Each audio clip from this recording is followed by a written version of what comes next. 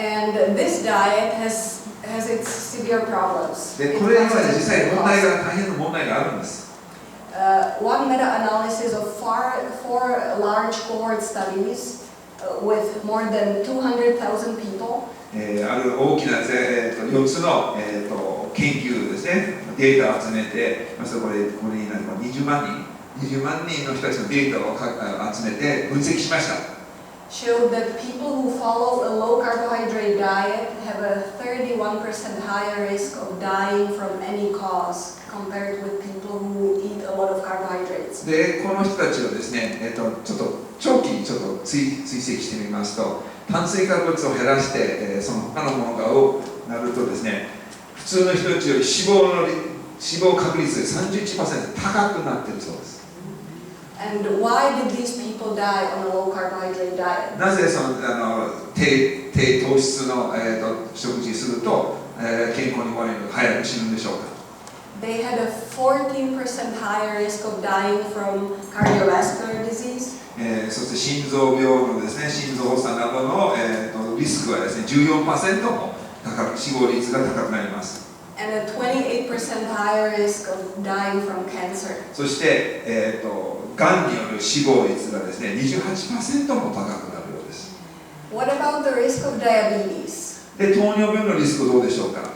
The health professionals follow-up study that included more than 40,000 men in the United States with a follow-up of 20 years. 4万人の男性の、この追跡研究したわけですね。これ20年間も追跡してきました。Showed that a low carbohydrate diet was associated with a 37% higher risk of developing diabetes. この人たちがですね、糖質ダイエットを続けることによって実際逆に糖尿病のリスクが 37% も上がってしまったと。In other words, counting your rice and limiting your bread and pasta and potatoes is not the way to go. ですので、ご飯を減らして、じゃがいもも芋も減らして、パスタを食べないとかっていうのは決して、賢い選択ではないということです。In fact, why would you even do that? だからなんでそんなことするのとミスター・ビーンが怒っています。There is a much better way. もっといい方法があります。We know that vegans have only half the risk of developing diabetes compared to non-vegetarians. ここにはですね、糖尿病になるリスクですけど、ここはベジタリアンじゃない人たちが、7.6% にありますけど、乱入菜食の方は半分ぐらいですね。で、私の菜食の人たちは、2.9% ですから3分の1ぐらいです。糖尿病になるリスクが。And when people already have diabetes, で、すでに糖尿病になった人たちはどうでしょうか？ and start eating a vegan diet, その人たちが、糖尿病の人たちが、そういう菜食に、切り替えていくとどうなるかというと、their diabetes will improve twice as much compared with the standard American Diabetes Association recommended diet. そうですね。ここはですね、このビーガンの本当に菜食頑張ってやってる人たちがこれだけ糖尿病のが良くなったと。で、こっちはですね、糖尿病学会が進めている、食事ですね。その中に肉とかチーズとか、いろいろ入ってると思いますけど、それよりは効果があったということが判明しました。Why is that? なぜでしょうか？ What we eat becomes an integral part of the cell membranes. Each cell has a membrane. 私たちの体にあるもう数億の、細胞でありますけれど、私たちが食べるものが私たちの細胞の、一部となっていくわけです。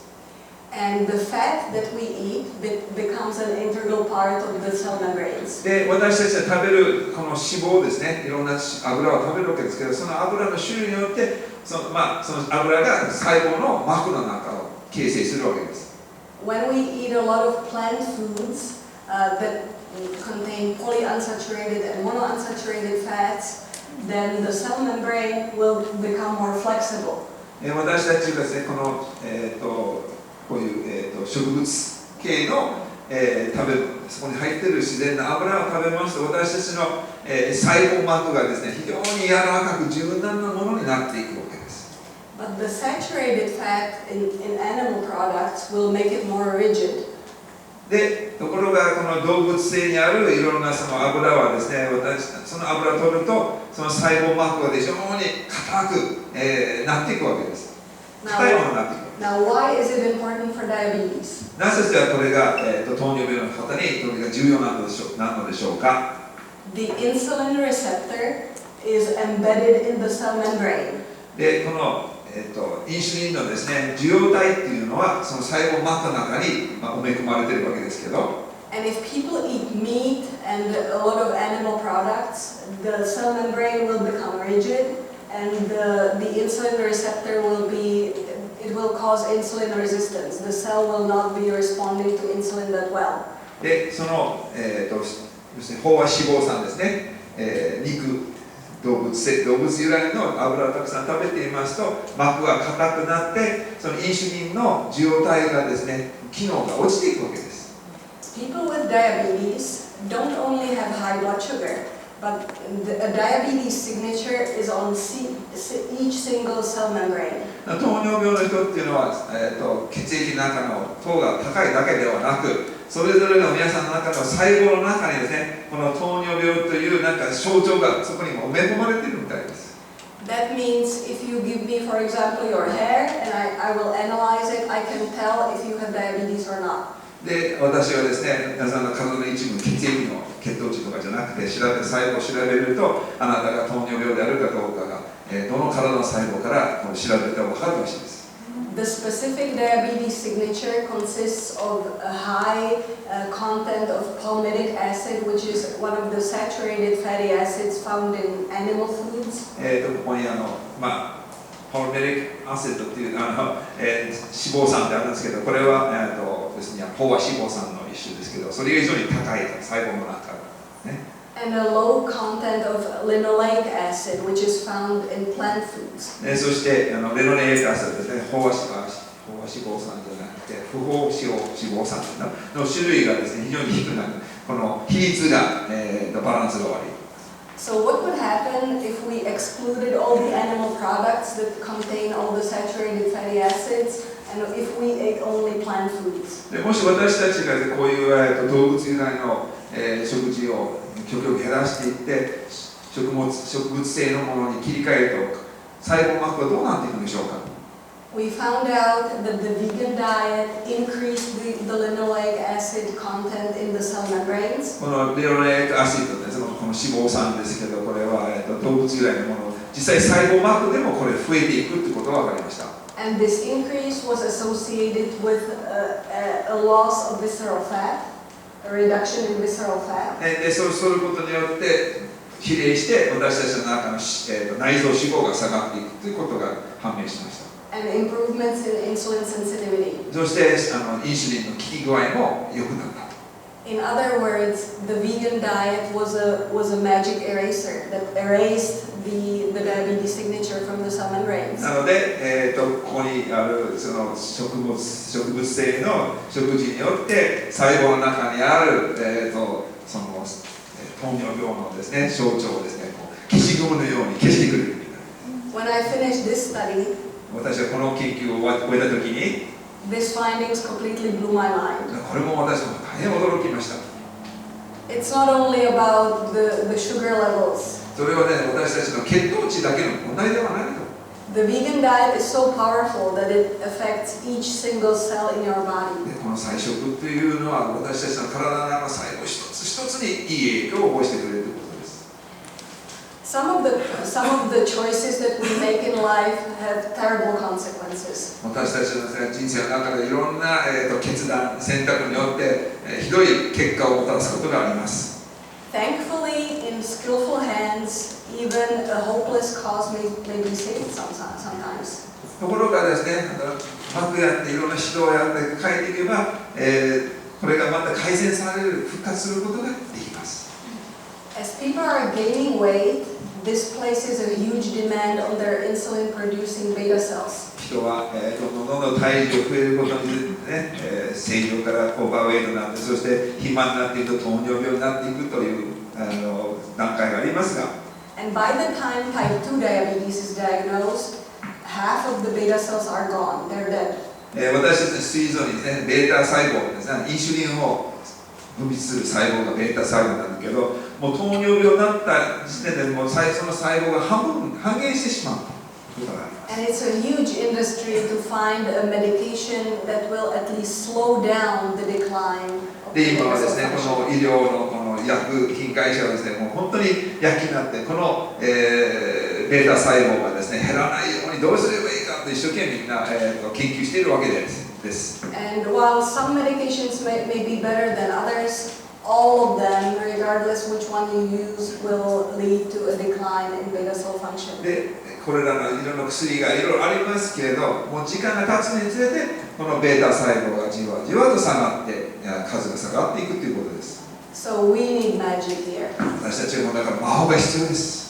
Could a vegan diet be the magic? 最初このプラントベース食っていうのはその魔法のせいになるでしょうか。To answer this question, we brought in people who were overweight but did have no diabetes, but were at a high risk of developing diabetes soon. そこでまた研究しようと思いましたけど、ここにですね、BMI が28から4で結構大きいですよね。ちょっと要するに肥満なんだけど糖尿病、ノーダイアビティス、糖尿病を持ってない人たちを、まず集めました。And for 16 weeks, で、彼らは、ね、16週間の研究に、参加してもらいましたが、half of them followed a vegan diet that consisted of fruits and vegetables and whole grains and legumes. で、半分の人たちにはですね、要するに菜食ですね、で野菜、果物、全乳粉で、玄米とかを食べていただきました。While the other half of the participants stayed on their usual diet. で、あとの半分はですね、じゃあ普通に今まで通り食べてくださいというふうに、やってきました。People on the vegan diet lost 6.5 kilograms on average. で、このまた16週間ですね、平均6キロでした。2/3 of the weight loss were because of fat loss. で、そのほとんどの体重の減りはですね、脂肪だったということですね。They lost the visceral fat around the inner organs. そして内臓脂肪もだいぶ減りまして、Their insulin was working better, the insulin resistance improved. インシュリンの抵抗性も落ちて、インシュリンの効きも良くなって、And what was just incredible is that the beta cell function, the function of the insulin producing beta cells, improved on the vegan diet. もっと驚くべきことはですね、このビーガンですね、16週間の中でこの、ベータ細胞の機能が良くなったっていうことです。So while some medications may slow down the progression of the beta cell failure a bit, a vegan diet was superior to these medications. なので糖尿病の薬はこのベータ細胞の衰退していくのを少し遅らせることができますけど、菜食は逆に細胞の機能を上げてくれるという驚くべき、研究の、結果が出ました。So while the transition to a vegan diet may be challenging for many people, 多くの人にとってですね、今までの食事からこの菜食に行くっていうのは、大変険しいものがあるかもしれません。it's definitely worth it. で、これは非常にでも、十分、挑む価値があります。Because the doctor of the future will no longer treat the human frame with drugs, but rather will cure and prevent disease with nutrition. で、ある有名な名人がですね、未来の医師は薬で体を、治療するのではなく、食事や栄養で病気を予防治療しますと。ファーマセです。ファーマセです。Yes. はい。エジソンのそうです。100年前ですよね。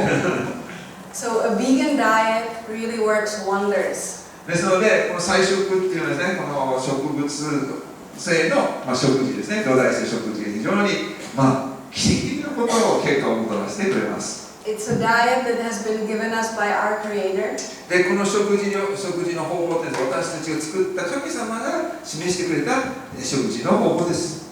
And if we really follow it, it will just give us strength.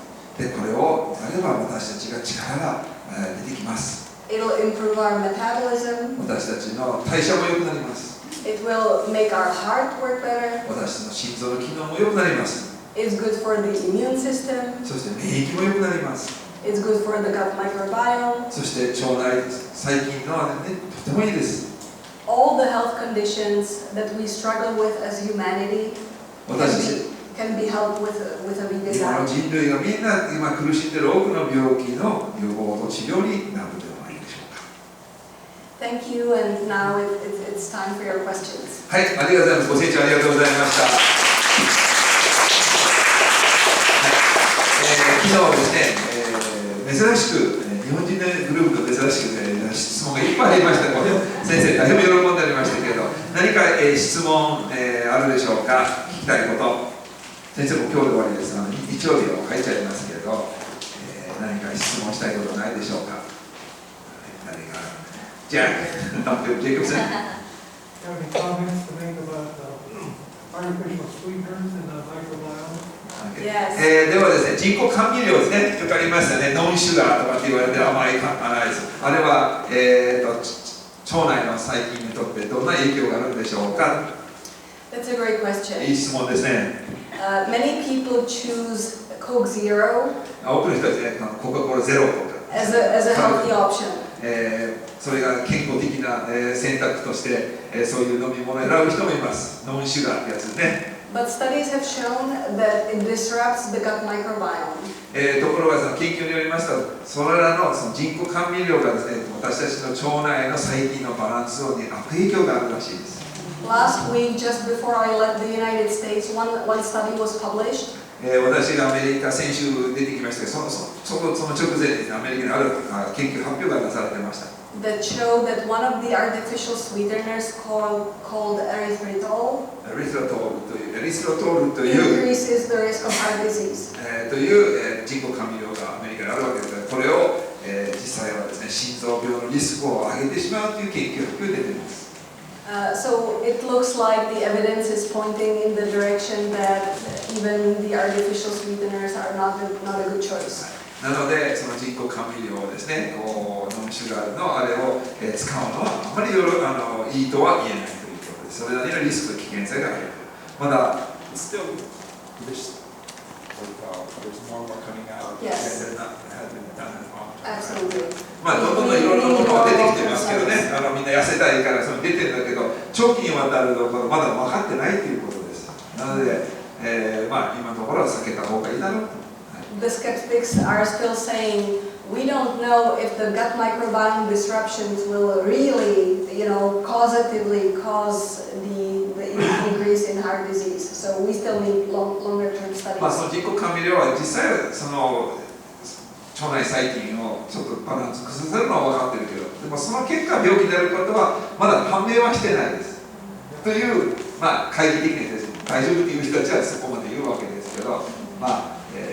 気をつけた方がいいかなと。But we know that water will not disrupt your gut microbiome. 水はいくら飲んでも腸内細菌には悪影響ないということは分かっています。It's been shown to decrease the risk of heart disease. 水を飲むことで心臓の病のリスクを下げるということも分かっています。はい、どうぞ。ありがとうございます。菜食が体にいいのは分かりましたけれども、この野菜をですね、キャベツとか炒めた方がいいから、それだけ迷う時あるんですよ。She understands that the vegetarian diet is good. What about raw versus cooked? That's a great question too. いい質問ですね。When we look at energy density, the energy density is less in the raw foods. It's less dense. The raw foods are less energy dense. そのエネルギー、カロリーのその濃度っていうんですかね、濃度と比べたら、生の方が、濃縮されてない、薄いというかね、というふうに。So for people who are trying to lose weight, a good strategy is to start each meal with something raw, like a vegetable salad or a piece of fruit. なので、減量を目指している方は、やっぱり最初は、生の野菜ですね、サラダとか果物で始めるのがいいんじゃないかなと。炒めると水分が出てくるでしょ、野菜から。そうすると自然とシュンとなって濃度が濃くなるわけで、カロリーのね。Yes. Well, it makes sense. Exactly. So that will help you fill up with the energy, less energy dense foods, and then the cooked meal, consume after. なので、そういうことですね。焼くと水分が飛んでいくから少し濃縮されるから、生だったら傘がいっぱいあって、カロリーの濃度が落ちる、そのままであるということの、研究したい人にはそれが大事でしょう。 The cooked foods have also many benefits. ところが焼いた料理する野菜にもそれなりの利点がありますよ。Cooking improves the availability of some of the vitamins. で、火を通すことによってビタミンがさらに吸収しやすくなる食べ物もあります。And it improves digestibility of whole grains, such of rice, for example, or of soy. で、多くの消化を助けている。焼くことによって、全部生で食べると胃腸に負担かかる人もいますので。So both raw and cooked foods are good for you. 生でもいいし、どっちもいいですよ。And if you're trying to lose weight, it's good to start your meals with the raw foods to fill up more on the less energy dense foods. なので、減量したい人たちは生が最初食べて、傘を増やしてお腹を外を満たしていくっていうのも大事ではないかと思います。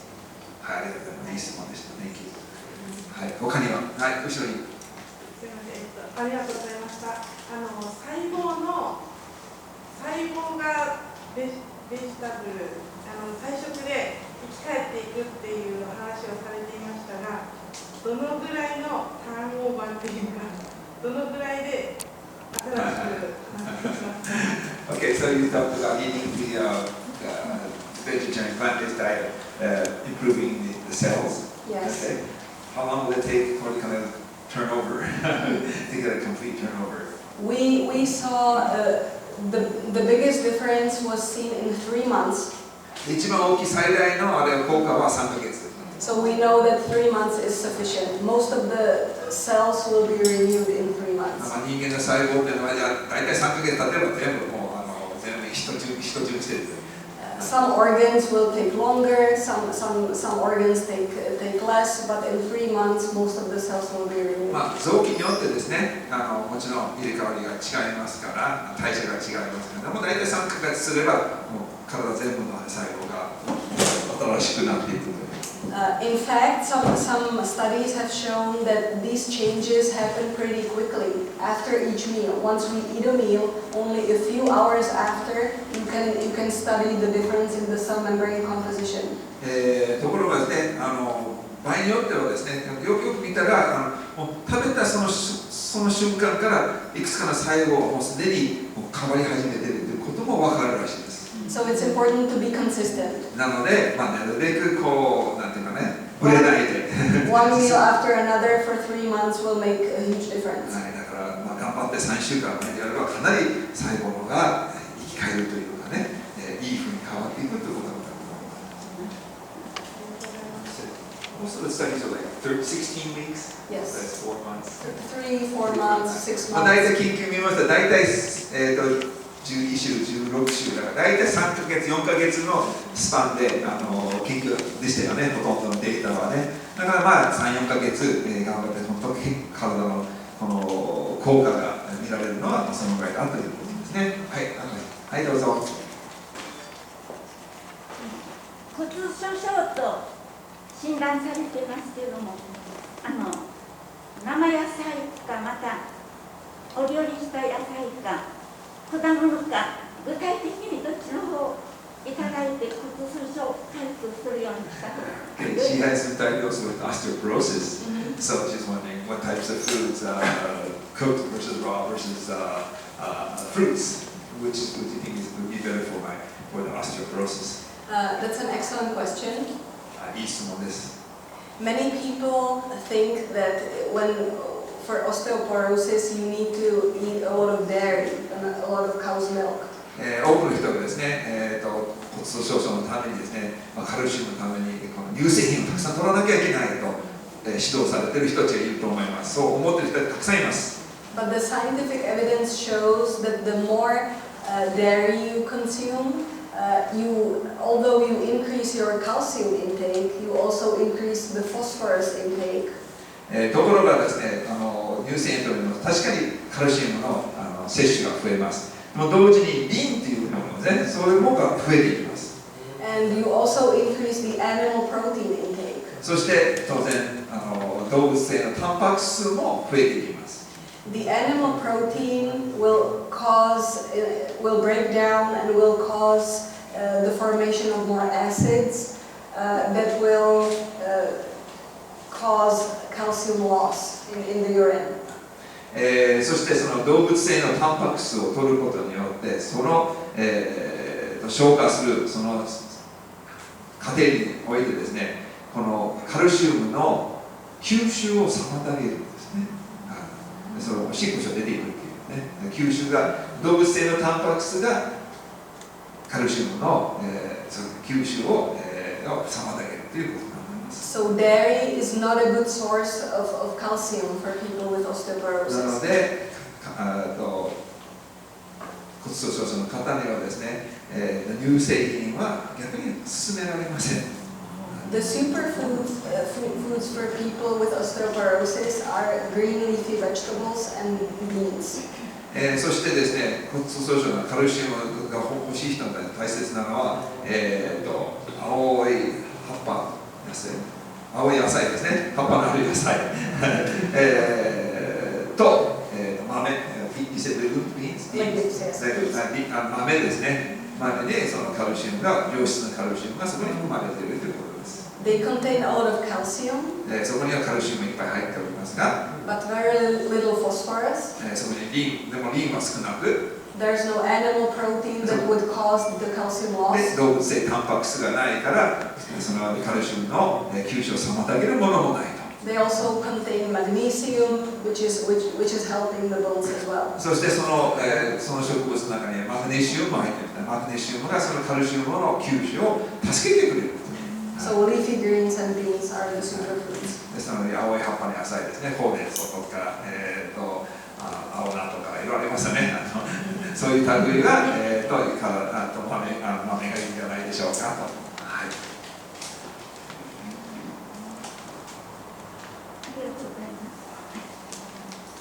はい、他には。はい、どうぞ。How about the fermented food or liquids or like yogurts and Yakult? We heard that it decreases in the benefits for the microbiota, but I also heard that the bacteria will go through the stomach and we do not get all the bacteria in the intestine. はい、今ですね、発酵食品とかですね、プロビオティックがですね、いろんな乳酸菌とか、飲み物あるじゃないですか、これ、乳酸菌がいっぱい入ってるよとか、体に菌がいっぱい、善玉菌がいっぱいいるよという飲み物とか食べ物がいっぱいありますけど、それらはどうでしょうか。Fermented foods have been recommended for gut health. 発酵食品ですね、皆さん使ってるヨーグルト。But fermented foods in general. But as you mentioned, most of the bacteria will die in the stomach. 発酵食品はいいんですけど、大抵はでもそのお腹の中で、胃酸で、ばい菌を殺されます。And only a small portion will really reach the colon where they're needed. で、実際この大腸に必要とする大腸に届けられるのはほんの少しだけだそうです。So instead of consuming the ready-to-go bacteria in the foods, in the fermented foods, 発酵食品は悪くはないんですけど、それよりは a more effective strategy is to consume prebiotics, which are the food for the bacteria in the gut. それよりはですね、このすでに腸の中にある菌のために餌をあげる、餌となる食事を与えるということが大事じゃないかなと思います。それは食物繊維がいいということですね。Certain types of fiber are particularly beneficial for the gut bacteria that are called oligosaccharides. で、オリゴサカライド、もう何でしょうね。And the オリゴ糖がありますよね。オリゴ糖が、特にその腸内の細菌を育てるっていう大切な餌です。And the foods with the highest content of oligosaccharides はい、でそうしたらその、オリゴ糖が一番多い食べ物は何かというと、 are the onions, さっき言った玉ねぎ、 garlic, ニンニク、 and whole grains. そして、ホールグレインですから玄米とか、全粒粉の、ものです。はい。やるだけのあれですね、先生ですね。はい。はい。どうでしょうか。ガラッと食事が変わるでしょうか。すいません。はい。卵はどうですかね。What about eggs? What about eggs? Uh, 卵どうでしょうか。eggs contain a lot of saturated fat, so they will make your cell membranes more rigid. 卵にはですね、その飽和脂肪酸、動物性ですから、飽和脂肪酸が入ってますから、それをたくさん食べることで皆さんの細胞膜が硬くなっていきますよ。Studies show that, particularly for people with diabetes, eggs actually impair the condition and increase the risk of heart disease. で特に糖尿病を持っている方々はもっと細胞膜が硬くなりますから、糖尿病を持っている方は卵を避けた方がよろしいでしょう。But I need to say that these studies are usually from the United States, where people consume a lot of eggs.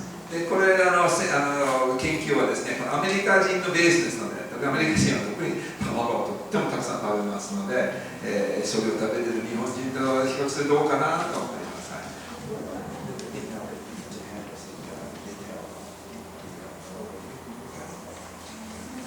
Yes.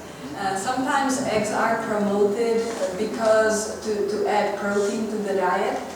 最近ではですね、年齢とともにタンパク質が必要ということで、多くの場合卵は良質なタンパク質だからと勧められることがあるんではないでしょうか。But there are better sources of protein. ところがですね、タンパク質にもっといい、タンパク質の取り方があるわけです。All beans, 豆というのはすべて soy foods contain a lot of protein. 大豆ですね。大豆は本当に良質なタンパク質が入っています。And will not increase the risk of heart disease. で、それらはね、その脂肪酸が入ってるわけです。飽和脂肪酸が入ってないわけですから、心臓の病のリスクがそこで上がらないわけです。はい。なので、どう考えても菜食が全ての面から言ったらほとんど火の打ちどころがないという、ことが言えるんじゃないかなと思います。So there's nothing bad about nothing bad. Right, exactly. There's no bad side effects, only beneficial effects. もうとにかくこの菜食にはね、いい面、ほとんどいい面しかないと、悪いところが一つもないということで、はい。で、これが神様が私たちに与えた食品ということを考えれば、ありがたい聖書に書いていることが正しいんではないかなと思います。はい。他には、はい。